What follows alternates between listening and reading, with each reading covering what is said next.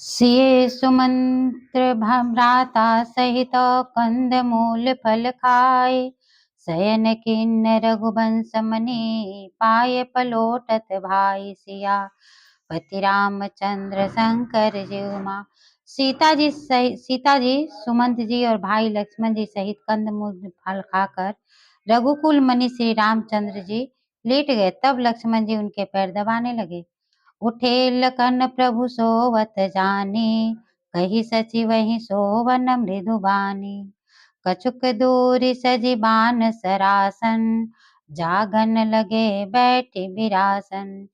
फिर प्रभु श्री रामचंद्र जी को सोते जानकर लक्ष्मण जी उठे और कोमल वाणी से मंत्री सुमंत जी को सोने के लिए कहकर वहां से कुछ दूर पर धनुष बाण से सजकर विरासन में बैठ गए, पहरा देने लगे।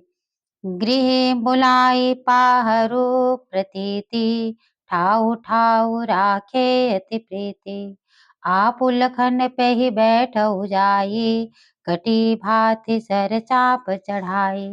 गृह ने विश्वास पात्र पहरेदारों को बुलाकर जगह जगह नियुक्त कर दिया और स्वयं कमर में तरकस बांधकर तथा धनुष पर बाण चढ़ाकर लक्ष्मण जी के पास जाकर बैठ गए। सोवत प्रभु ही निहारि निसाधु, भयहु प्रेम बस हृदय विषाधु। तन पुलकित जलु लोचन बहहि, बचन सप्रेम लखन सन कहहि। प्रभु को धरती पर सोया देखकर निषाद राज का हृदय दुखी हो गया। उसका शरीर पुलकित हो गया और नेत्रों से प्रेम के आंसू बहने लगे। वह प्रेम सहित लक्ष्मण जी से कहने लगे, भूपति भवन सुभाए सुहावा, सुरपति सदन पट तर पावा। मणिमय रचित चारु चौबारे, जनु रतिपति निज हाथ संवारे। महाराज दशरथ जी का महल तो स्वभाव से ही सुंदर है, इंद्र भवन भी उसकी समानता नहीं कर सकता। उसमें सुंदर मणियों के रचे चौबारे, जिन्हें मानो रति के पति कामदेव ने अपने ही हाथों से सजाकर बनाया हो। शुचि सुविचित्र सुभोगमया, सुमन सुगंध सुबास। पलंग मंजुमन दीप जहाँ, सब विधि सकल सुपास सिया। पति रामचंद्र शंकर जी उमा। जो पवित्र अत्यंत विलक्षण सुंदर भोग पदार्थों से पूर्ण और फूलों की सुगंध से सुवासित है, जहाँ सुंदर पलंग और मणियों के दीपक हैं तथा संपूर्ण आराम ही आराम है। विविध बसन उपधान तुराई, क्षीर फेन मृदु विशद सुहाई। तह सिय राम शयन निस करही, निज छवि रति मनोज मधुहरही।